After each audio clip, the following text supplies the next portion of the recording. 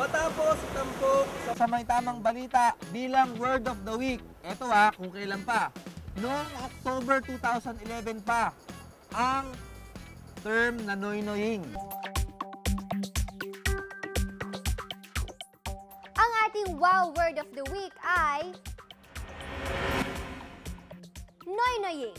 Ang salitang noy-noying ay tumutukoy sa pagkakataon kung saan ang isang tao ay petiks pa rin o walang ginagawa kahit dapat may ginagawa na sa isang sitwasyon. To use in a sentence,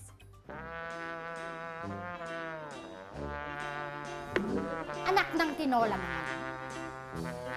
Lumahana sa labas? Namatay na si Steve Jobs? Nag-strike na ang paleya?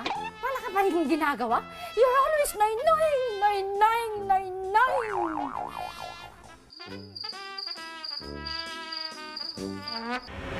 Ginamit na gimmick ng mga militante. Nako, sa kanilang mga kilos protesta.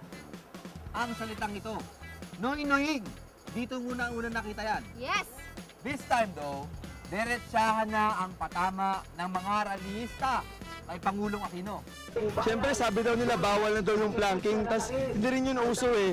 Pero yung banat na lang, noy-noying ka ba? Kasi wala kang ginagawa eh. At dahil kilala sa pagiging mapagpatol si Presidential Spokesperson Edwin Lacerda, hindi nito pinalagpas ang eksena ng mga militante. Obviously, that's how they want to antagonize the administration, but hindi naman nabebenta yun eh.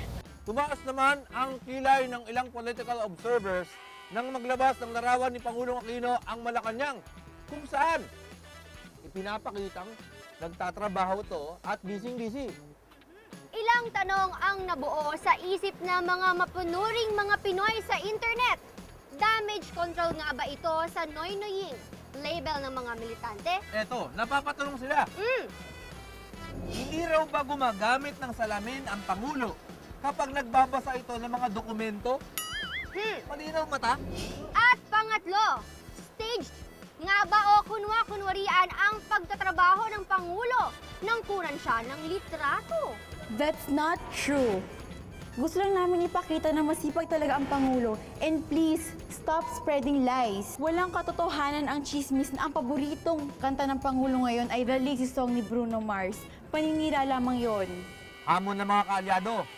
Masdang mabuti ang iba pang larawan ng Pangulo. Ito Sino ngayon ang makakapagsabi na hindi busy ang Pangulong Aquino? Yan ba ang tinatawag ninyong noy-noying? Think again.